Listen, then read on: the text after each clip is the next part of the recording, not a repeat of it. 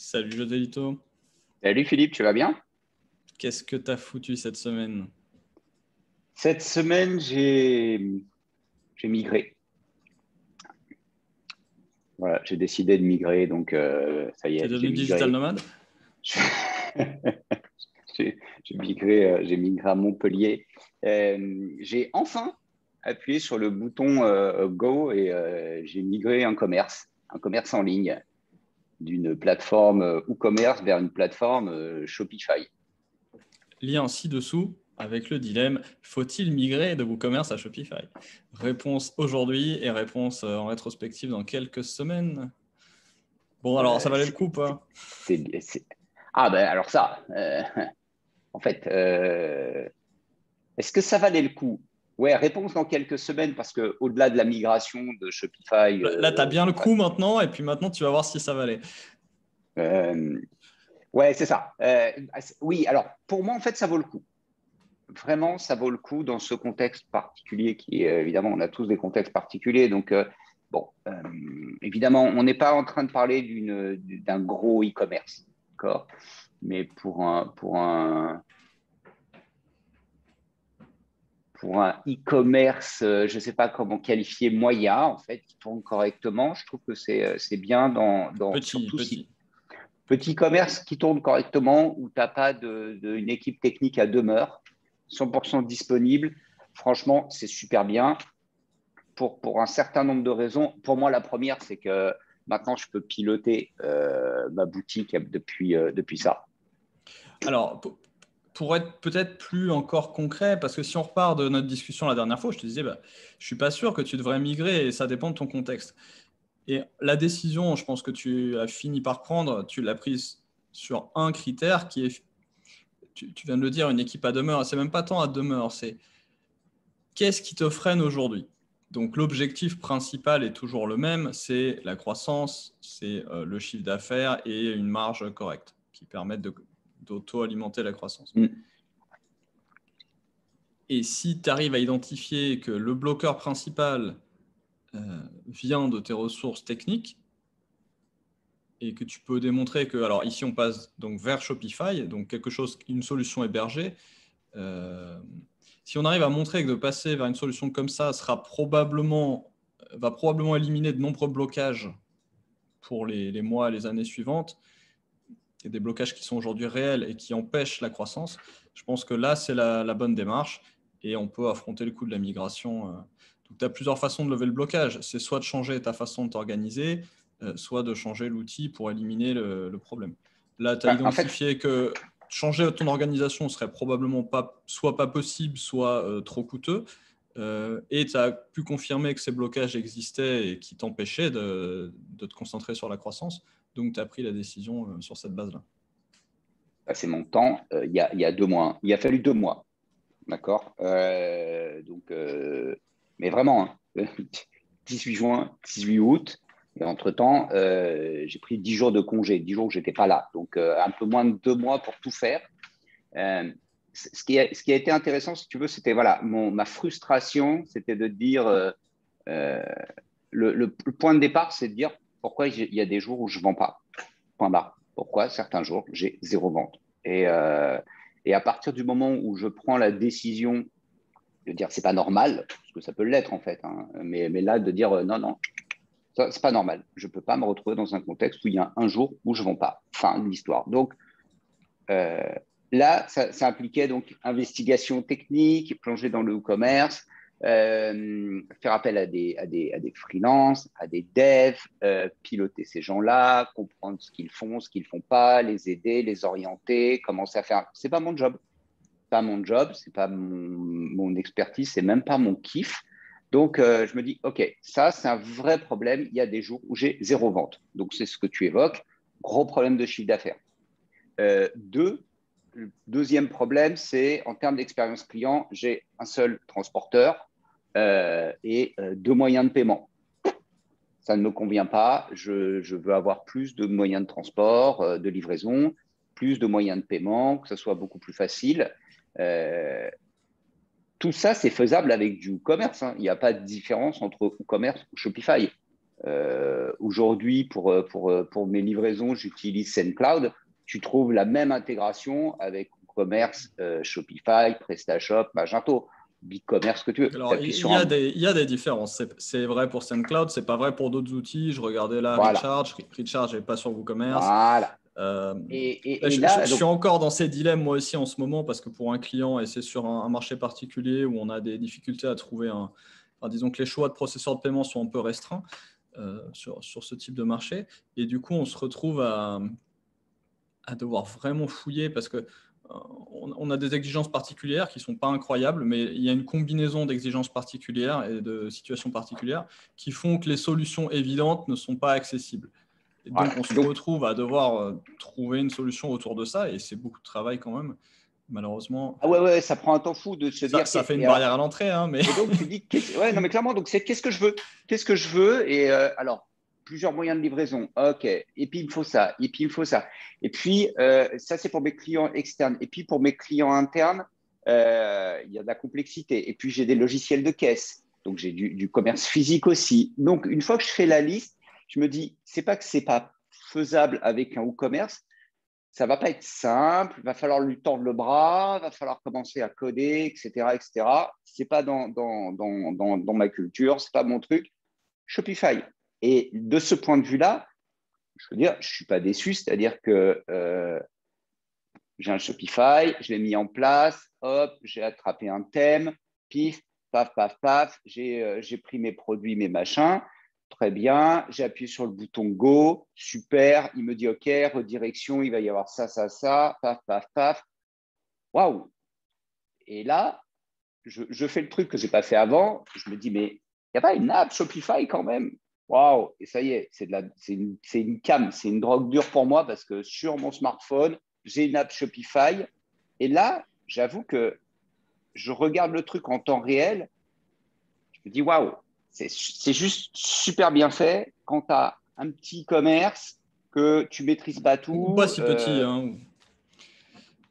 Mais là parce qu'il l'est, mais ça fera 1 million, 2 millions, 3 millions, 4 millions, 5 millions d'euros, je ne vois pas de limite à ça. Enfin, Ouais, il y a il y tu a même dis, plus gros que ça. Il y a des boîtes en dizaines de millions qui sont sur Shopify ouais, Plus. ouais, Shopify Plus, ouais, c'est 2 ouais, 000 euros par Shopify mois. Plus. Par-dessus, ils ont des milliers d'euros par mois de travail d'agence. Euh, et ils auraient les mêmes milliers d'euros par mois sur WooCommerce ou Magento, ou plus. Mais là, ouais, je me pose même pas la question de ce truc-là, je regarde juste à mon niveau et je me dis, ok, super. Euh, Là où je me faisais chier pour mettre un code, je me faisais chier entre guillemets, hein, c'est juste que je prends des exemples tout bêtes, hein, tu veux mettre un code promo, tu dis tiens, je vais faire une promo, je vais booster un truc. Alors tu vas dans ton commerce, tu fais ton code promo, tu vas dans ton truc Mailchimp, Sendinblue, whatever, je ne sais pas quoi, HubSpot, ce que tu veux, tu fais tout un tas de trucs. Là, évidemment, tu as un côté super intégré avec les premiers trucs de base. Shopify est tellement pensé pour le commerce en ligne que forcément, tu vas envoyer ta newsletter, ton code promo, ça se fait très, très, très vite. Tu n'as pas besoin de réfléchir à techniquement, il faut que je branche quoi avec quoi. Ouais, Donc, et même mieux quelqu'un. que ça, si t'es pas trop radin, tu mets un clavio qui est aussi fait pour marcher Ouais, avec voilà. Shopify, et tu te retrouves même sur des boutiques avec beaucoup de produits. Tu as des sélections de produits dans ton mail qui sont Mais oui, en quelques clics, voire en dynamique. Enfin, donc, oui il y c'est a le un premier truc que j'ai écosystème installé. qui est robuste. Donc voilà, j'ai mis Clavio, tu mets Recharge, tu mets Hop, tu mets Stripe, tu mets machin, tu mets bidule, tu prends tout. À la fin, tu as intérêt à avoir un business avec de la marge parce que tout le monde est en train de te bouffer. Donc, Ouais. évidemment, 1% par-ci, 1,5% par-là, 3 pour là, 30 balles par-ci, 40 dollars. Tu te dis, OK, ça me fait un budget. Mais si tu acceptes l'idée, et ça a été le plus dur dans la migration, en fait, enfin, donc techniquement, c'est pas compliqué. Que tu aies une agence, un freelance ou whatever, tu retrouves tes petits, tu retrouves des analytics, tu as des trucs simples à comprendre. Les rapports, il faut imaginer que je travaille avec des zéro geeks, zéro rien, des allergiques à la tech en fait. Et là, c'est OK, mais où je vais retrouver mon chiffre d'affaires, où je vais retrouver mes commandes du jour, où je vais retrouver mes machins. Il a fallu franchement 1 heure, au bout d'1 heure, et je travaille vraiment avec une personne qui te dit, j'aime pas l'informatique. juste, je ne veux pas en entendre parler, quoi. Et Ouais. là, ça a été… J'avais un client qui avait regardé la vidéo qu'on avait faite sur Shopify WooCommerce qui me disait plutôt WooCommerce alors, la conclusion de la vidéo. La conclusion, c'est que ça dépend. Mais, et le client me dit bon, mais pour moi, et c'est un client qui me dit pareil, je déteste l'informatique, j'aime pas la technologie, j'ai pas envie de parler aux geeks, etc. Je dis mais Shopify. Ah bon, bah oui, évidemment. Hier, je suis tombé sur la pub de Smile.io, qui est en fait une app qui permet de travailler sur la fidélisation, etc. Et ils ont une super site et une petite vidéo qui dit voilà, le e-commerce, c'est des bips et des clics. Et les humains, c'est pas des bips et des clics. C'est de la passion, c'est du rêve, c'est machin. J'ai trouvé ça très, très bien. Et il commence cette vidéo, il te montre les chaînes, les plateformes de logistique, une souris. Il te dit voilà, c'est du code, des bits et des clics. Et là, l'humain, non. L'humain, il a de la passion. Et voilà. Et l'humain, c'est pas Factorio du tout. C'est j'ai envie d'un truc maintenant. Il faut que ça Et soit alors, simple. c'est là que c'est génial. C'est que, regarde, un sujet qu'on a déjà amené plusieurs fois, le e-commerce aujourd'hui, c'est du produit. Et c'est exactement ce que tu es en train de nous dire finalement. Shopify a parfaitement compris ça et a parfaitement créé un produit, et un très bon produit qui est meilleur que tout le reste. Et dans le même temps, Shopify, c'est bien le fondateur de Shopify qui fait jouer tous ses employés à Factorio. Et c'est à cause de lui que je m'y suis mis. Et parce qu'en interne, il faut comprendre cette logique de bip et de clic et de flux. Et dans le même temps, il faut être capable de transformer ces flux en un produit qui soit friendly, qui soit facile pour les utilisateurs, intuitif. Je suis enfin passé, moi, dans mon monde, à des bips et des clics en me disant putain, e-commerce, Sendinblue, HubSpot, machin, truc, à OK, mon client, il arrive. Franchement, hier, j'étais sur Klaviyo. J'ai dit OK, c'est parti, mon client, il arrive. Qu'est-ce que je fais? Alors, premier mail. Première commande. Bonjour, merci, ça fait plaisir. Deuxième commande, tu reviens à la charge. Super. Alors là, on commence à se parler. À la 10e, je peux t'offrir un code promo de 10%. Tiens, si je leur offrais les frais. Si je Alors, faisais un pack j'espère que tu découvert. n'attends pas la 10e pour proposer l'abonnement. Mais ça va être… On y est. On y est. J'en sais rien, Philippe. Là, j'en sais rien. Mais je vais rentrer dans la phase où j'ai pu à me soucier de comment je traduis techniquement ce que je veux faire. Je vais dans le magasin d'applications, je prends une app, je connecte, je teste, ça me plaît pas, je dégage.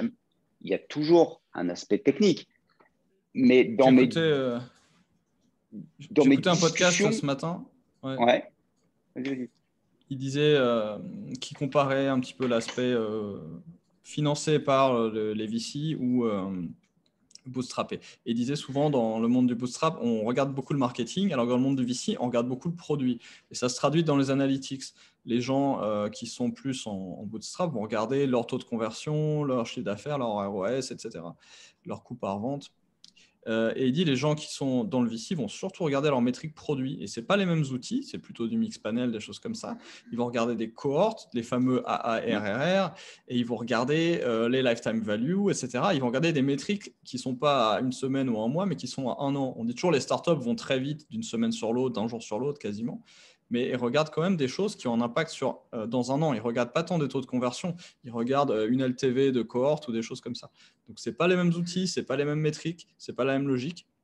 Et c'est des choses qu'on peut retrouver dans le e-commerce. Ce que tu es en train de me décrire là, je sais pas, est-ce que les gens qui ont reçu tel mailing ont un an plus tard une LTV supérieure aux gens qui ont reçu tel mailing? Tu vois. Et si tu arrives à faire ça, le e-commerce devient un produit. Et enfin, des boîtes comme Amazon, demande-toi pourquoi elles écrasent tout le monde. Et quand on dit écraser, c'est de plusieurs ordres de grandeur. C'est ce genre de process qui font que… J'ai un type qui me disait hier, qui me dit depuis un an, je commande de plus en plus sur Internet. Je fais, pourquoi tu commandes de plus en plus sur Internet? Il dit, tu sais, chez Amazon, avec Prime, pour 10 balles, c'est livré dans la journée. Je fais, d'accord, ça, je comprends, c'est bien, mais pourquoi tu fais ça maintenant? Il dit, parce que j'arrête pas d'aller dans des magasins et à chaque fois, j'arrive dans le magasin, je vois un truc qui me dit, bon, là, pas en stock, il faut le commander. Bon, si c'est ça, je le fais moi-même, en fait. Tu vois et voilà quelqu'un qui te dit, il y a un an, je n'allais que dans des boutiques, que dans des magasins, en centre-ville ou dans des centres commerciaux. Il dit, là, maintenant, ça y est, j'ai pris le goût au truc. Je vais plus dans un magasin, sauf bah, quand je veux tester un truc, voir à quoi ça ressemble, toucher, sentir, ça devient un lieu d'expérience. Mais pour le reste, je commande. OK, et qu'est-ce que tu aimes bien? Elle dit, en fait, moi, finalement, j'aime bien le point relais parce que je ne suis pas tenu par les horaires de livraison, machin. D'accord, tu aimes bien le point relais. Je lui dis, ah, bah, tu aimes bien Amazon Locker. Il me dit, ah, bah alors, c'est le top du top. Il me dit, Amazon Locker, c'est fantastique. C'est le meilleur des mondes parce que je vais dans ma boîte, je mets mon code, c'est tout à la machine, je récupère mon produit. À côté de chez moi, là, à Montpellier, en Non, centre-ville, j'ai la gare, il y a un locker. J'étais à Berlin là, pour un petit Gemba marketing il y a quelques semaines et je me fais livrer dans l'adresse Airbnb. Je vois le colis qui est marqué livré. En fait, il avait été posé devant la porte. Moyen. Oui. C'est un peu la chronopost pour le coup. Il pas frappé rien, hein, alors qu'on était là. Non. Le lendemain, je regarde par ma fenêtre. Qu'est-ce que je vois dans la cour de l'immeuble? Un Amazon Locker. Un Amazon Locker. Avec un gros Prime dessus comme ça. Mais c'est foutu. Enfin, je veux dire, tu vois ce que je veux dire. Donc, mais et bien là, tu as un individu qui comprend rien aux tenants et aboutissants d'Amazon, hein. Et pourtant, il parle bien du produit Amazon. Il ne parle pas de ce qu'il a acheté. Il parle du produit Amazon, de l'expérience, de machin, etc., etc. Et le gars, c'est pareil, c'est un pas geek, mais franchement, le type, il vient du XXe siècle, quoi, même presque du XIXe siècle. Et pourtant, lui, Amazon Locker, ça y est, il a pigé le coup direct. Le gars, il est passé du 19e au 21e en 12 mois. Il y a quelques semaines, j'en parlais avec encore quelqu'un parce que tu nous avais expliqué, on avait fait le point sur les valeurs Amazon et tu nous les avais retraduits en non-geek, bueno, bonito, barato. Et l'autre jour, j'en parlais avec je ne sais plus qui et on n'arrivait plus à se rappeler la différence entre bueno et bonito. Donc, tu vas nous le rappeler tout de suite. Bueno et bonito. Bueno, c'est bon et bonito, c'est joli. C'est bon, joli et pas cher. Bueno, bonito, barato. On n'est pas loin des valeurs d'Amazon. Rapide, pratique et large sélection. Oui, mais dans le bonito, ça peut être effectivement une valeur de rapidité. Mais en fait, c'est le résumé du commerce. C'est que je veux un truc, voilà, c'est bon, c'est pas cher. C'est ça le produit. Le produit, c'est bon toujours revenir au principe premier de ce que valent les gens. J'avais pas de radio. Ok, j'avais pas de radio et ça, c'est un Veltron. En fait, c'est une machine à cassette, piste 8, machin, 8 pistes, machin, bref, un vieux truc. Et je mets la radio pour tester. Donc, j'ai un vieux son de vieille radio et je découvre qu'Amazon fait de la pub à la radio en France sur le prix. C'est un truc de malade. Amazon fait de la publicité à la radio en France sur le prix alors que ça n'a jamais été le moins cher. C'est totalement faux. Si tu veux du pas cher, ce n'est pas forcément Amazon qu'il faut aller chercher. Mais tu dis, Amazon fait de la pub à la radio en France en disant, si tu veux du pas cher, va sur Amazon. C'est foutu. N'importe quel commerce aujourd'hui, si tu n'es pas prêt, si tu n'es pas déjà en train de… Comment tu dis, toi, ton truc de pagayer? Ouais, si tu pagayes pas, ne freine pas. Ouais, alors là, moi, je te dis, en plus, si tu pagayes pas, c'est même pas freine pas. Si tu pagayes pas, tu es mort. Si Amazon fait de la pub à la radio en jouant sur le prix, tu peux galoper. Tu vas te faire botter le cul. C'est évident. Et là, tu peux commencer à le rattraper. Et c'est vrai que là-dessus, pour le coup, dans ma migration, le Shopify me permet, dans un environnement culturel non geek, d'accéder tout de suite aux produits. Je n'ai pas à réfléchir, je coche les cases, je mets mes produits dedans, je mets mes clients, je me laisse guider. J'ai une communauté où c'est déjà trié by design, parce que tu parlais de Klaviyo, il n'y a pas moyen. Tu arrives, tu as Klaviyo, Seguno, Omniscient, tu en as une dizaine, sauf que tu prends plus d'étoiles, plus de commentaires, tu vois. Il y a un rating qui est fait à ta place, donc à la limite, vas-y en mode no brain. Et dis-toi, OK, je prends le meilleur de chaque, là, celui où il y a le plus d'étoiles, qui a la meilleure note. Je fais clac, clac, clac, clac, clac. Même si ce choix peut paraître idiot au départ, rien que ça, tu vas proposer déjà une bonne expérience client. Et j'en ai pour preuve que je regarde la façon dont ça se passe, les commandes. Enfin, imagine le truc tout con. Je suis passé d'un stade où tu fais une commande, tu passes une commande, tu as un mail qui te dit bonjour, machin, ça y est, la commande, elle en est là. grâce à SendCloud, je n'ai pas à me casser la tête. Tu as une belle landing page avec le petit logo Colissimo Mondial Relais sur le petit camion. Tu as toutes les informations qui sont bonnes. Tu cliques sur le lien de suivi, tu arrives sur une page où tu as un vrai suivi. Il y a 2 mois de ça en arrière, tu cliquais, tu disais pourquoi ça ne marche pas le lien de suivi? Ah, attends, bouge pas parce que dans le flux, ah ouais, mais ah non, attends, ah merde, c'est passé d'abord. Alors, il y a des bugs, hein, il y a des trucs, mais vraiment, j'étais impressionné par la façon de simplifier, t'emmener en mode produit tout de suite. C'est clair que si tu n'as pas beaucoup de ressources pour résoudre les problèmes, évite les trucs à problème. Et WooCommerce va forcément créer des problèmes. WooCommerce ou n'importe quoi d'héberger. C'est une distraction. Si tu n'as pas les ressources, si tu n'as pas l'organisation, c'est une distraction. Donc, si tu écoutes Toby Lutz, donc le fondateur de Shopify, et si tu écoutes en général la façon dont Shopify s'adresse à ses investisseurs, ils ne sont pas concurrents de WooCommerce, ils sont concurrents d'Amazon. Ouais. Bah oui. Parce qu'aujourd'hui, les gens qui se lancent en e-commerce aujourd'hui se lancent sur Amazon, beaucoup. Ouais. Et quelque part, c'est une alternative aujourd'hui, et l'alternative est là. Et donc, tout le travail de Shopify, c'est comment je permets aux créateurs, aux indépendants, de faire face à Amazon et au CAPEX d'Amazon.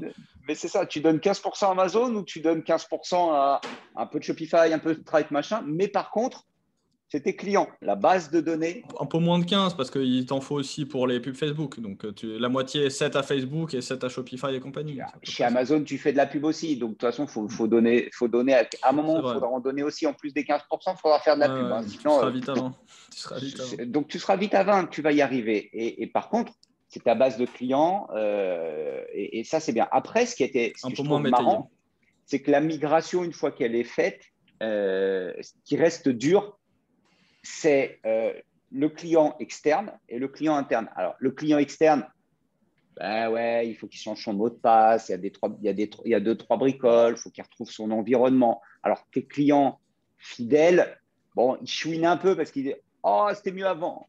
Bon, bah ok, Gérard, c'était mieux avant, il n'y a pas de souci, c'est toujours mieux avant. Ce qui est marrant, c'est la réaction des clients internes. J'ai passé une semaine là, d'effort,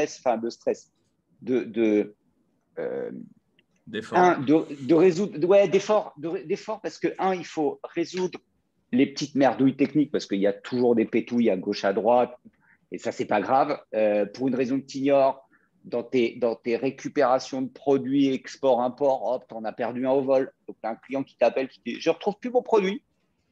Et pourquoi non? Bon, eh ben, je l'ai fait depuis mon smartphone. J'ai refait un produit, j'ai créé un produit. C'est quand même un bon indicateur quand le client t'appelle pour te dire qu'il manque un produit. Hein. Et c'est quand même que tu n'es pas si mauvais si tu as récupéré la remarque. Parce qu'il y a beaucoup de clients n'appelleront même pas. Tu en rates forcément. Mais si les clients font l'effort, c'est déjà qu'il y a une forme de fidélité. Et 2, si tu arrives à avoir le message et à l'avoir aussitôt, c'est déjà un progrès par rapport à des situations qu'on a pu discuter. Alors, j'ai fait 2 choses. J'ai envoyé un premier email en disant voilà ce qu'on a fait. On a migré d'une plateforme vers une autre. Voilà pourquoi on l'a fait. Vous nous avez demandé plus de ci, plus de ça, plus de machin, plus de bidule. Et ça va chier. Ne vous inquiétez pas, il va y avoir des merdouilles. Donc, j'ai donné mon adresse mail direct et mon 06, carrément. Alors, tu peux le faire ou pas le faire, ça dépend, hein, mais peu importe. Mais à votre échelle, c'est cool. Tu prends l'engagement, il faut qu'une personne… je me souviens très bien, et je peux le citer, hein, c'est Stéphane Miquel de chez Quetch qui aujourd'hui donne encore son mail et son téléphone. Et en disant, voilà, si vous me mettez moins de 3 étoiles, on se parle directement. Il utilise Trustpilot. Et Stéphane Miquel, qui fait plusieurs millions d'euros aujourd'hui dans son business, continue à prendre des clients au téléphone, à s'en occuper. Il assume. Donc, moi, je l'ai fait en mon nom, en disant, OK. Et ce n'est pas contact @machin ou c'est la merde @machin. Hein. C'est joselito.tirados @machin. Quoi. Donc, et j'ai reprécisé une fois que la migration est effectuée. OK, j'ai mis un bandeau sur le site. Coucou, peinture fraîche. Attention, peinture fraîche. Il va y avoir des pétouilles, des typos, des machins qui ne marchent pas. Prenez le temps, si vous le souhaitez, appelez-moi. Pas le choix, man. Enfin, en ce moment, tout le monde se fout du patron, du PDG de Carrefour qui s'implique à titre personnel sur certaines choses. Ce que tu veux. En attendant, le gars, il a pris dans son agenda du temps pour aller faire des livraisons à des clients fidèles, mamie 80 ans. Il y a une grosse partie com, mais ils décident de prendre le temps de le faire. Et pour moi, c'est de la com Xavier interne. Bertrand. Je sais plus, j'ai vu passer des trucs comme ça. Non, parce qu'il y a des. Bon, c'est plus un truc de politique d'habitude de le faire en mode com, mais il ne faut pas le faire en mode com, il faut le faire en mode Gemba. Qu'est-ce que c'est le Gemba? Eh bien, regardez notre Gemba Factorio avec Stéphane Callot ci-dessous. Faites-le. Je suis allé voir qu'est-ce que j'ai fait cette semaine. Je suis allé rencontrer Camille, 82 ans. Camille m'a défoncé par mail en me disant tu fais chier Trustpilot. Hein. Donc, elle fait une commande, elle reçoit un mail Trustpilot et elle me dit ouais, faut arrêter de polluer la planète. Vous êtes tout le temps en train de me demander mon avis. Vous devriez le savoir. Si vous n'avez pas assez de personnel, vous avez qu'à recruter. Furieuse. La nana, furieuse. Je lui renvoie un mail. Je comprends parfaitement que vous soyez furieux. Je vous sors des bases de données. Peut-être que ça ne va pas marcher parce que c'est de la techno, c'est compliqué. Par contre, si vraiment ça vous pose un souci de polluer la planète, arrêtez de boire du café. Bam! Mamie, elle me renvoie. Mamie me renvoie égalité de but. Vous avez parfaitement raison. Mais quand même, je tiens à vous signaler quelque chose. Et je lui dis, vous savez quoi? Allez, venez, on se voit. Vous êtes à côté de chez moi, vous êtes ma voisine. Venez, on se voit. Je vous paye un café. J'ai pris un café avec Camille, 82 ans, qui m'a simplement expliqué un truc tout con. Et là, je suis curieux de savoir comment la data aurait pu me le dire. Camille, elle m'a dit, tu sais, il y a un âge où il y a des gens qui ont de l'arthrose au niveau des mains. Et quand tu as, de l'arthrose des mains, là, parce qu'on est dans le café, hein, elle me dit, si tu dois emmener en SAV, très bien. La nana me dit, écoute, le SAV de chez Jura, c'est magique. Jura, c'est une boîte suisse. La machine est fabriquée au Portugal. Le SAV, c'est en Allemagne. Jusque-là, tout va bien. J'ai aucun problème avec ça. Je trouve ça bizarre, mais pourquoi pas? Comme ça, texto. Elle me dit, par contre, il y a un truc. C'est que j'ai bien reçu un carton avec, dans le carton, du polystyrène, etc. Simplement 9,5 kg la Jura avec mes mains pleines d'arthrose, que je ne peux pas faire ça. Comment je mets de trucs dedans? Donc, j'ai dit à Camille, OK, mais si j'étais venu mettre la machine cassée dans le carton avec l'emballage et tout, ça t'aurait convenu? Ah, mais carrément, ouais, tu m'aurais payé pour ça? Mais carrément. Et, je fais l'aparté parce que, tu vois, dans ces histoires de migration… Si elle était un peu moins agressive, peut-être que ses voisins vous viendraient aider. Hein. Mais non, mamie, elle est super adorable. Elle te dit juste, vous ne comprenez pas un truc. Non, elle m'a dit, en plus, moi, ça me passe. Elle me dit, c'est juste un passe-temps, je suis à la retraite, j'ai que ça à foutre de gueuler. Comme ça, elle y va. Mamie, elle te dit, ce qu'il faut bien que tu comprennes, Joselito, c'est que j'achète des tas de produits. Je le fais sur Internet. Je ne suis pas à l'aise avec l'outil. Et en fait, le truc, elle me dit, mais en fait, vous me sollicitez pour me demander mon avis. Et quand moi, je reçois une correspondance, ben, je réponds. Sauf que là, ça fait trop pour moi. Ma charge mentale explose parce que vous êtes plein à me demander d'avis. Et je lui dis, mais t'en as rien à secouer. Je te l'ai dit dans le mail, passe-moi en spam. Ah non, je ne peux pas faire ça. Et je ne peux pas répondre à quelqu'un qui m'écrit. On est en plein dans un truc d'automation. Seulement, tu as quelqu'un qui dit, on m'écrit, je réponds. C'est mon éducation, ma culture, etc. Tu vois, et ça, tu te dis, migration, Shopify ou commerce, qu'est-ce que j'ai par contre comme outil qui me permet d'engager la conversation, de mener ces entretiens, de le faire? Là, elle était à côté, mais elle sera à Paris, c'était la même. J'aurais pris au téléphone, on aurait fait une visio. Là, quelque part, l'outil a fait son rôle. Donc, alors, pour une raison ou l'autre, il a excédé la personne. Je pense que ça vient surtout de la quantité et peut-être de plein d'autres messages d'ailleurs. Bon, tu as des Hotjar, tu as des Trustpilot, des choses comme ça. Ça peut être tes emails à toi. Donc ça a marché. Après, si on parle de… Tu disais quelles données pour savoir que la dame n'arrive pas à envoyer sa machine. Là, tu peux assez facilement traquer si tu as le volume qui le justifie. Tu peux traquer, je pense, les demandes de retour. Alors, je ne sais pas auprès de qui a été faite la demande de retour, si c'est vous ou si c'est Jura directement, mais si c'est vous, tu as une liste de demandes de retour. Et normalement, tu as derrière le cycle de vie de ta demande de retour. Donc, tu peux très bien avoir une alerte qui dit les demandes de retour qui ont été faites mais pas complétées depuis, je ne sais pas, plus de 3, 4, 5, 6, 7, 10 jours, par exemple. Et si vraiment tu as des milliers de demandes de retour et que tu te demandes d'où vient le fait qu'il y en a qui traînent et pas d'autres, alors, tu peux faire du quali. Tu écris à tous ces gens-là, même en automatique si tu en as beaucoup, ou tu les appelles un par un au début pour voir. Et après, tu peux même essayer de faire tes hypothèses potentiellement basées sur du qualitatif. Donc ici, c'est parce qu'elle est vieille et qu'elle a mal aux mains. Et donc là, tu peux dire, OK, alors je vais maintenant segmenter ces données. J'ai, je sais pas, 10 000 demandes de retour. J'en ai 10% qui stagnent. Est-ce que ça correspond à une tranche démographique particulière? Shopify te donne la data, man. Et c'est hallucinant. Ils ont justement ça aussi, tu vois, c'est là où je dis c'est vraiment bien pensé parce que ils te donnent le temps moyen que tu mets pour expédier tes colis et quand tu appuies sur la politique de retour, la gestion des retours, il te permet de faire ces trackings-là. En fait, souvent, ce que j'ai constaté, c'est deux choses. C'est que quand tu n'as pas cette maturité au niveau de la donnée, tu as beau avoir la data, tu ne sais pas ce que tu cherches.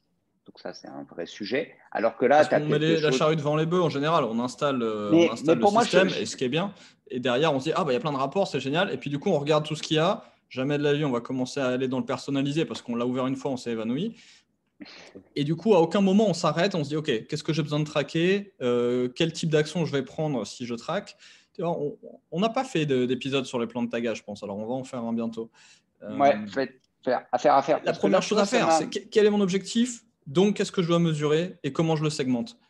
Ouais, mais Philippe, je reviens un peu en arrière, je prends le temps, mais il y a presque un peu plus d'un an, on va dire. On est en août, allez, en octobre l'année dernière.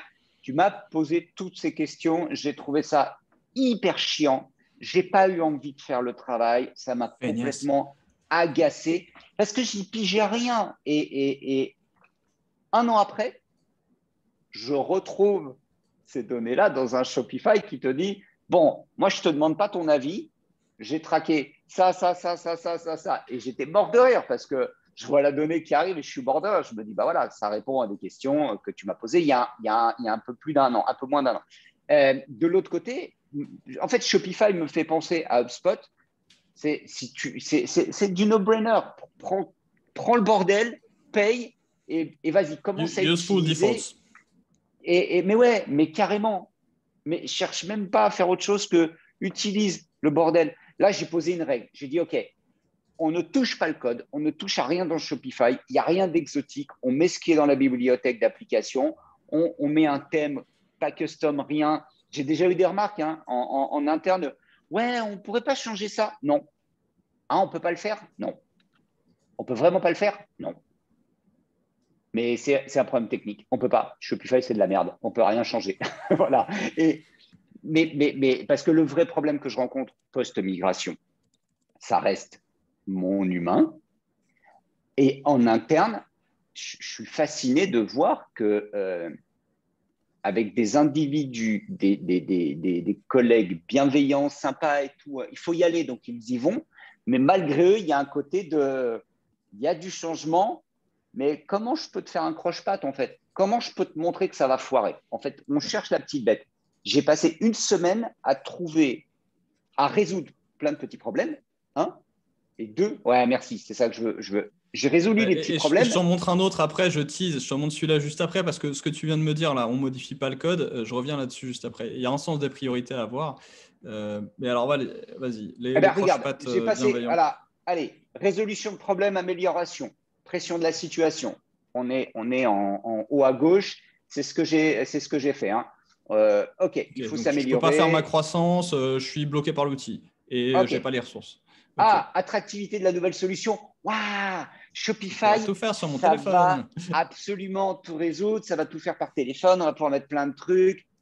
C'est super chouette. On n'a plus à parler aux devs, aux geeks, cette espèce de race de gens infâmes qu'on déteste. Allez, vous savez quoi? On reste entre nous, entre marketeurs à l'ancienne, où la techno, c'est le diable. Super, on est encore là. Et puis là, d'un seul coup, c'est anxiété face au changement. Bon, il va quand même falloir appuyer sur le bouton, il va falloir faire la migration. Si je Qu'est-ce qui perds va tout se mon passer? SEO, Si je perds tout mon SEO, si je perds les clients, si finalement le système de commande, ça ne marche pas, si les flux ne bougent pas, si si comment ça va se passer? 80% des clients fidèles refusent de reset leur mot de passe. Voilà, on y est. Et puis, la fidélité aux vieilles habitudes, j'ai quand même eu droit à… Mais dis donc, le bon de commande, je peux toujours l'imprimer parce que moi, mes commandes, je les fais toujours comme ça. Tu peux changer ton Shopify, ton SendCloud, ton whatever. Mon processus de commande va toujours être le même. Et là, j'arrive en disant, ah non, on ne peut plus imprimer. Ah mais non, hein, c'est pas possible. Hein. Ça va pas. C'est hors de question. Je ne peux pas travailler sans imprimante. je ne peux pas travailler si je ne peux pas imprimer. Bon, et là, tout ton rôle, c'est de dire, OK, là-dessus, je ne lâche pas, là-dessus, je lâche. Donc, c'est, OK, tu vas recevoir des On rappelle, notifications par mail, tu vas pouvoir imprimer ta commande pour la faire comme ça, tu vas pouvoir faire ci, tu vas pouvoir faire comme ça. Par contre, ça, non, tu ne peux pas le faire. Et puis, une fois que tu as fait cette boucle, 1, 2, 3, quatrième jour, à chaque fois, j'ai fait un mail et je me suis rendu compte que je sollicitais 6 services différents pour faire mon job de e-commerçant, 6 services différents. Et dans chaque service, il y a une personne que j'ai dû motiver. Donc, j'ai trouvé le petit truc qui fait qu'à la compta, on m'a dit ah, c'est bien, ça va faciliter les rapprochements. Ah, c'est pas mal. OK, ça, je prends. J'ai trouvé en boutique quelqu'un qui m'a dit ah ouais, mais c'est bien parce que quand on veut faire des remboursements ou des choses comme ça, il y a une notification par SMS. Ah, ça, c'est bien. Hop, au marketing, c'est ah ouais, c'est bien parce que quand je veux bouger, créer un produit, une carte cadeau, des choses. Ah, on peut faire des cartes cadeaux avec ça. Ah, ça, c'est bien, c'est plus facile. Toute cette chose-là, pour contrer les forces d'inertie, c'est de ramener attractivité de la nouvelle solution. Finalement, c'est un gros sujet de dire ouais, mais regarde, attractivité de la nouvelle solution. Il faut recréer du fun, il faut recréer du love, il faut recréer du jeu en disant mais regarde, ça va être plus sympa, machin, pour tes clients, pour toi. Euh, voilà, attractivité. Revenir, du rêve. mais il faut recommencer. En fait, tu as eu toute une Et période, tu tu sais vois. comment on dit, que ce soit en commerce, en marketing, paint the vision, tu sais. Y a une autre phrase, une citation connue qui est « Les obstacles sont ces choses horribles qu'on commence à remarquer quand on arrête de regarder l'objectif ». C'est Donc, ça. tout le rôle d'un bon commercial, et c'est une forme de commerce, le leadership. Et donc, tout le rôle d'un bon leadership, c'est toujours de rappeler la vision. Qu'est-ce qu'on doit regarder qui est attractif? Pourquoi les gens vont Exactement ce que j'ai suer fait hier. 100 euros Post-migration, tu chez… dois ouais. revendre. En fait, il y a ceux qui te disent, c'est les mêmes qui ont la pression de la situation qui te disent, c'est fait chier, ça marche pas, c'est le bordel, c'est machin. Ouais, Tu c'est dis, OK, confortable. on va migrer, OK, on migre. Et une fois qu'on a migré, ouais, c'est Regarde, le il est bordel, content il y a là. ça, il y a ça, il y a ça. Alors recommence, Rien ne change, il est revends-le. en Ben ouais, homéostasie.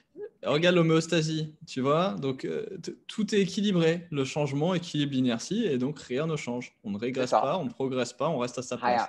On reste à sa place et on recommence avec oui, mais regarde, on a dit qu'on migrait pour telle raison. Est-ce qu'on l'a obtenu ou pas? Oui, on l'a obtenu. Alors, next step. Et c'est Oui, là mais on qu'on n'a pas parle ça. c'est là qu'on C'est là parle de encore. culture.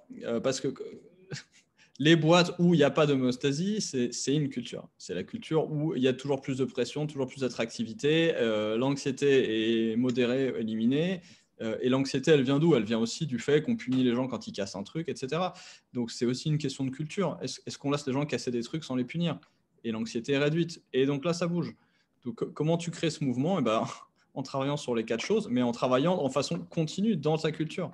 Et sinon, J'ai tu as des vendu des. Amazon dont la culture Mais écrase oui, des whatever.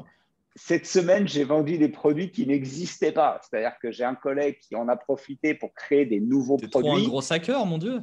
Il les a mis online et forcément, les gens se sont jetés dessus, ont Oh, commencé à le commander. dropshipper. Panique à bord. J'envoie un petit mail en disant alors, le produit n'est pas encore dispo. Par contre, je sais que ça t'intéresse, donc t'inquiète, je te mets de côté dès que le produit va sortir.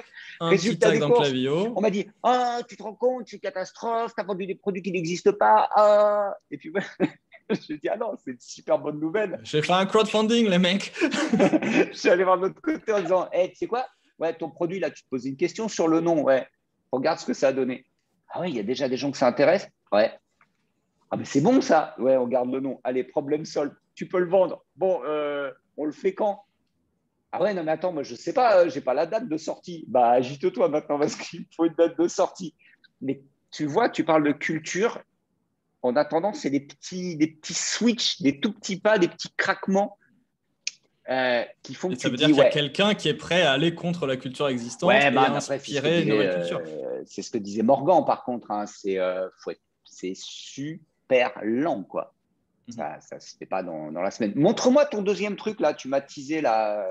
Ah, ça vient de GDD, donc une méthodologie de refonte de site web par amélioration continue, donc basée sur l'approche produit et gross marketing, gross hacking, comme vous voulez, ou la grosse, comme les Français aiment dire en ce moment, apparemment.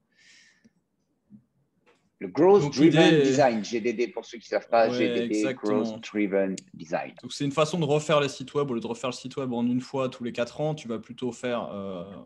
alors, si tu n'as jamais fait de GDD, tu vas faire, disons, ce qu'ils appellent Launchpad, donc un premier lot. Et derrière, tu vas juste avoir une amélioration tous les mois, tous les 2 mois ou tous les 2 semaines, avec un process qui se rapproche du growth hacking ou du growth marketing, et qui permet de faire de l'amélioration continue basée sur les données, basée sur les infos qu'on obtient du public, basée sur des expériences de croissance. Et on y reviendra. Alors, et donc l'objectif, c'est d'avoir, tu vois, différentes priorités. Les priorités sont à peu près dans ce sens-là. Alors ça, c'est la nouvelle version de ce truc. Donc là, tu as le cycle. Ouais, donc c'est à peu près dans cet ordre-là. Audience avant tout. Donc Harvest, c'est juste les quick wins, donc on va zapper. Mais audience avant tout. Donc audience, valeur, tu vois. Et tant que tu n'as pas fait ces deux-là, tu ne vas pas dans la suite. Donc, quand quelqu'un te dit « Attends, on va personnaliser le thème, on va rajouter un truc pour augmenter les taux de conversion, on va rajouter un truc hyper compliqué avec du code super custom parce que ça va rajouter de l'user-friendliness. » Non, non, non. Tu mets des produits que les gens veulent, valeur. Tu mets des conseils que les gens vont lire, valeur. Tu ramènes un paquet de monde, audience. Et tant que ces deux-là ne sont pas maîtrisés, tu ne passes pas à la suite. Il y a des priorités comme ça. Donc, tu as raison de dire non, non, non. Quand on te demande des trucs qui sont là et que la première n'est pas du tout maîtrisée, non, non, non, non, non et non. Qu'est-ce qu'on fait quand ton audience, ce sont des personnes qui ont, qui ont la plupart du temps entre 50 et 120 ans et qui utilisent un smartphone? Fais en sorte que ça soit écrit gros, c'est tout. Et voilà, et sur tes paquets, Bon, là, fais tu es en déjà sorte dans que ça soit l'usability. écrit gros. Hein, Ouais, mais en value, par contre, voilà, c'est ce que tu disais. Si mon audience, c'est des seniors, ben, en value, apporte des services pour des seniors. Donc, je peux pas forcément me déplacer, je peux pas forcément faire appel à mes enfants, mes petits-enfants ou mes voisins parce que j'aime pas déranger. C'est dans ma culture de je ne dérange pas les autres. Parce que tu comprends, j'ai 80 ans, je veux qu'on prenne pour une personne autonome. Tout dépend vraiment parce que là, si c'est juste un segment de ton audience et que ce n'est pas ton core business, là, tu es en train plutôt de faire de la personnalisation, tu vois. Donc, mais si c'est ton core business… Ça dépend de ton contexte. Ah, voilà, aussi, si ton business, c'est de faire du café pour les personnes dépendantes, oui, mais je ne sais pas si c'est vraiment ça ton business aujourd'hui. À toi de décider. Non, je prenais ça comme exemple, mais effectivement, tu as raison. Mais oui, si tu réalises, oui, je suis un business qui fait du café pour personnes dépendantes, bah forcément, ton offre principale, c'est de faire du café et de l'apporter et d'aider les gens à mettre des machines dans leur boîte. Bon. Mais sinon, on est plus dans de l'amélioration d'assez haut niveau et quelque part, limite, tu ne devrais pas faire ça avant d'avoir atteint une certaine taille parce que c'est un peu la charrue avant les bœufs. Oui, mais ça, c'est un vrai sujet. Déjà, je crois que la question de l'audience, c'est marrant parce que tu fasses du Quand on B2B, dit audience, du B2C, on va le dire autrement, c'est combien il y a de gens qui voient ta marque, combien il y a de gens qui viennent sur ton site. C'est la première chose. Ça part de là, en fait. Ça part de là et prends vraiment le temps de penser à cette audience avant même d'en chercher une autre. Hein. Va vers ton audience naturelle. C'est comme ça. Il y a des exemples. Un client qui est un peu dans un segment un peu plus luxe. Bon, voilà, c'est un certain type d'audience. Va pas en chercher un autre dans l'immédiat. Enfin, te fais pas du mal, quoi. Va vers ce qui est aussi ton audience naturelle tranquillement. Donc, de ce point de vue-là, voilà, ma migration, c'est techniquement, ça s'est plutôt bien passé. Shopify, je recommande. Mais je recommande aussi quand tu lances un truc tout nouveau. Hein. Là, je suis bêta-testeur de l'antichambre V2. Donc, je ne sais pas comment l'appeler, le programme de formation de Germinal. Un programme, c'est un catalogue. Catalogue, programme de formation, système, je ne sais pas comment il l'appelle. C'est pas 10 formations à prendre les unes après les autres, c'est un panel de formations et tu prends à la carte. C'est voilà, tu veux lancer ton e-commerce, on part de A, on va à Z et ça commence par ta proposition de valeur et ton audience. Voilà. Et quelque part, lance pas autre chose. Et pour les outils, c'est ce qu'on préconise aussi, c'est te mange pas la tête, démarre sur des trucs simples. Et en e-commerce, pour le coup, en tout cas, moi, je trouve qu'un Shopify, c'est très simple. Après, le reste, une migration, c'est travaille les humains et continue en permanence à vendre ton projet. Au-delà de la migration, c'est continue à vendre le changement.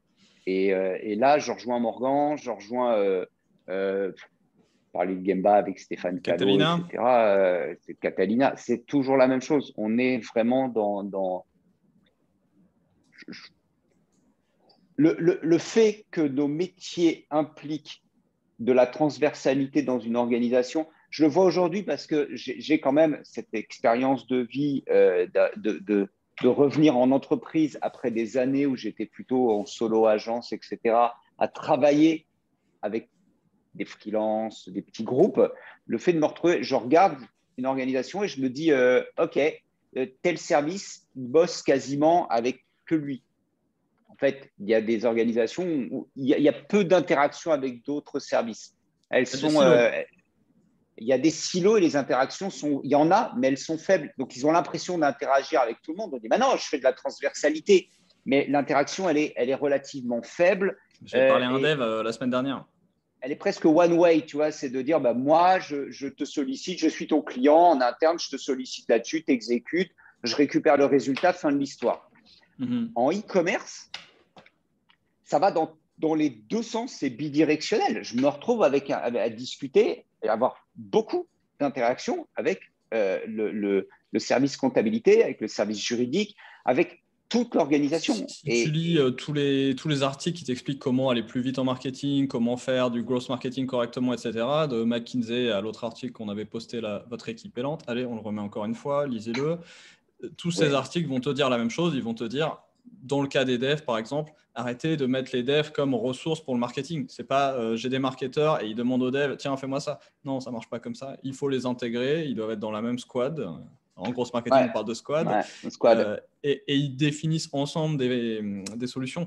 Parce que l'ingénierie, si elle n'est pas présente dès le début, là en ce moment, on est en train de voir comment monter un e-commerce qui résolve nos problèmes pour un client. Et si je pense pas ingénierie et marketing en même temps, on va se rater. Bah ouais, Et mieux que bah ça, je ouais. dois penser comptage, je dois penser logistique.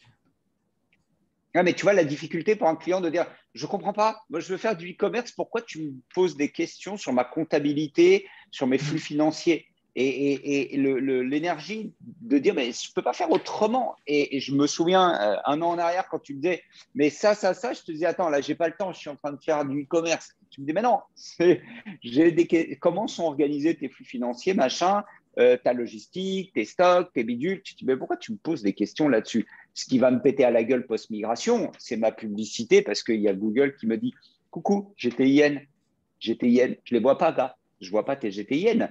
Et au-delà d'une migration, c'est de dire en interne à tout le monde, il faut mettre des codes barres. Mais pourquoi? Mais parce que c'est une nécessité. On ne peut pas faire autrement. Oui, mais on n'en a pas, nous, nécessairement besoin. Certes, pas de problème. C'était autre chose. Mais moi, Et j'en ai d'ailleurs, si c'est besoin. mal expliqué, j'ai eu l'autre jour un prospect. Alors, pour le coup, eux vendent que des produits uniques. Donc, la, la traffic manager ou ad buyer, je ne sais pas quoi, a voulu lancer un Google Shopping. Donc, elle l'a forcé à mettre des GTIN. Sauf que lui, c'est des produits uniques. Ça n'a pas vraiment de sens. Donc maintenant, lui, il chouine. Il fait ah, on s'est fait chier, on a payé, on s'est farci des heures à mettre des EN partout. Déjà, je vois pas l'intérêt. Deux, ça rapporte toujours pas. Tu vois, donc il n'a pas vraiment compris pourquoi et il a plutôt raison en plus parce que dans son cas, c'est pas intéressant. Et en tant qu'expert, entre guillemets, tu dois aussi trouver des alternatives. Donc là, tu es traffic buyer, tu vois que c'est des produits uniques. Alors déjà, est-ce que Google Shopping est pertinent pour des produits uniques? Bonne question. Deux, est-ce qu'il y a moyen de les traiter et de traiter ces produits uniques comme des variantes d'un produit commun s'ils sont vraiment semblables? Trois, il y a des alternatives pour faire du Google Shopping sans EN. Donc, écoute, moi, on en reparle. On poursuit cette conversation dans quelques mois. On va laisser retomber un peu la poussière. Néanmoins, je persiste, je signe. C'est pas une question d'outils. Même une migration d'outils n'est pas une question d'outils. C'est vraiment une question de leadership, d'embarquer. Et là, c'est un projet court, hein, 60 jours, mais sur des projets plus longs, parce que En fait, En l'occurrence, Morgane à la Poste, elle te fait des migrations en disant alors ça va durer 2 ans. Tu t'aperçois que même sur des projets complexes sur 2 ans, c'est la question qui se pose en permanence. Et là, elle est en plein dedans. Donc, c'est l'humain. C'est l'humain et c'est de dire waouh, là, elle quitte un projet pour un autre. Et elle me dit mener à bien la transition, ce qui fait que le projet que je quitte va continuer sur sa lancée à la même vitesse. C'est toute la capacité qu'on a à reconstruire une team et à transférer. Et on a eu le gros sujet sur l'usage des outils en l'occurrence et Jira. Et elle me dit ah ouais, non, mais là, je n'ai pas un problème d'outils. C'est juste que j'ai pris conscience que j'avais toute une somme de connaissances et une culture d'équipe, qu'on a créé une culture en tant que team. Comment on va intégrer des nouveaux, transmettre la culture et nous passer à autre chose. Waouh! Et quand tu as une équipe de plusieurs personnes qui dégagent en même temps d'un projet, si ça, c'est pas pris en compte, donc on est loin des outils là, pour le coup. Ouais, c'est plus comment tu crées cette continuité, mais c'est toute la notion de la culture, même anthropologiquement. C'est comment un groupe de personnes, d'humains, est à peu près le même 200 ans plus tard. Est-ce qu'il est vraiment le même? En fait, pas vraiment. Les gens de 1600 dans la région de Florence ne sont pas les mêmes que les gens de 1300 dans la région de Florence. Alors, 1400, si tu veux être un peu moins long. Ouais, non, mais Il y a c'est des choses qui ça, ont c'est changé, ça. d'autres qui n'ont pas changé. Et donc, il y a une continuité qui se fait via la culture. Et alors, je ne sais pas si on en a parlé de même ici, mais les gènes se transmettent, mais la culture, c'est des petites unités qui se transmettent aussi, mais ce n'est pas une culture, c'est plein de petites unités culturelles. Donc, on va les appeler des mèmes. Et ils se recopient, et ils se recopient avec plus ou moins de succès. Ils ont des variantes et des mutations, une notion qui devient familière de jour en jour grâce à notre ami le Covid et à ses divers variants, des petites mutations. Donc les mêmes ont des mutations, et puis après, elles sont en concurrent les uns avec les autres, et puis il y en a qui accrochent mieux que d'autres. Et donc, on est un peu le même peuple, mais plus tout à fait. On est un peu la même tribu, mais plus tout à fait. Et c'est la même chose pour une équipe. Là, si tu as 3/4 de l'équipe qui s'en vont, c'est plus les mêmes gens. Peut-être qu'une Plus les mêmes partie de gens. la culture va rester, mais Ouais. si tu veux en être certain, tu as intérêt à préparer Ouais. pour ça. Et ça m'a fait penser aux Et agences. c'est du Quand tu management. choisis une C'est du agence et quand management. tu veux changer d'agence, tu dis waouh, c'est là aussi où dans le choix d'une agence, le fit culturel, c'était très marrant parce que là, j'étais avec donc une personne de chez Germinal et c'était très étonnant de voir euh, l'interaction. On a fait un call qui a duré 30 minutes. Une personne jeune et je trouve ça très marrant parce que je lui disais naturellement, j'ai 50 balais donc autour de moi. En moyenne, j'ai plutôt des vieux. D'accord. Et donc, quand j'ai des interactions avec des gens qui ont 25 ans, moins de 25 ans, et là, chez Germinal, ils sont plutôt tous jeunes. C'est très marrant parce que j'avais un collègue à côté de moi et je dis putain. Et il écoutait le truc, il me dit mais elle n'était pas polie. Je dis pardon. Il dit la personne avec qui tu discutais, elle était arrogante. Ah, j'ai dit tiens, un terme qui revient. Je dis pourquoi? Parce que moi, on me l'a déjà dit en fait. Et Toi, elle me dit toi c'est non, mais elle acerbe. arrive, elle arrive, elle est sûre d'elle, c'est acerbe. Ouais. Elle me dit elle arrive, elle est sûre d'elle, elle drive, elle fait le truc et le machin. Je dis bah écoute, elle a des interviews de bêta-testeurs, elle en fait 6-7 dans la journée, c'est timeboxé, elle a un objectif, elle veut savoir ça, elle fait ci, elle fait comme ça, elle fait machin, elle est affirmative, sûre d'elle. Et tu sens, parce que moi je ne les connais pas en tant que tu vois, Germinal, je les connais que de l'extérieur à travers Gambato et sa team, mais tu sens cette espèce d'énergie de j'y vais à ma façon, j'arrive tel que je suis, je pousse, tu le sens à travers les individus Courage et authenticité.